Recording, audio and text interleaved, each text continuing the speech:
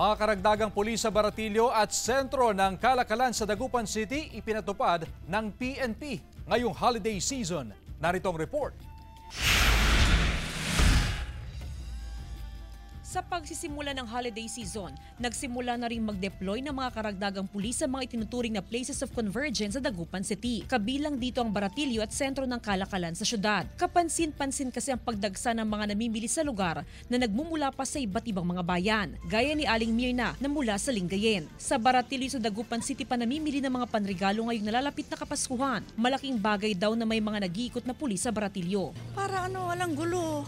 Saka safe ka. Ayon sa Pangasinan PPO, mahalagang mabantayan ang mga lugar na dinadagsa ng mga tao. November pa lamang po talaga ikinamada na natin yung deployment natin this coming holiday season because Pangasinan is one of the tourist destination dito sa ating country. Patuloy ring pinag-iingat ang publiko sa iba't ibang modus operandi ng mga kawatan gaya ng pickpocketing. May mga itinayo ng Police Assistance Desk o PADS sa iba't ibang lugar para merong agad responding pulis. May nakadeploy po tayo sa mga malls, sa mga churches, sa mga transport hubs po natin. Importante po yan, napakahalaga din po.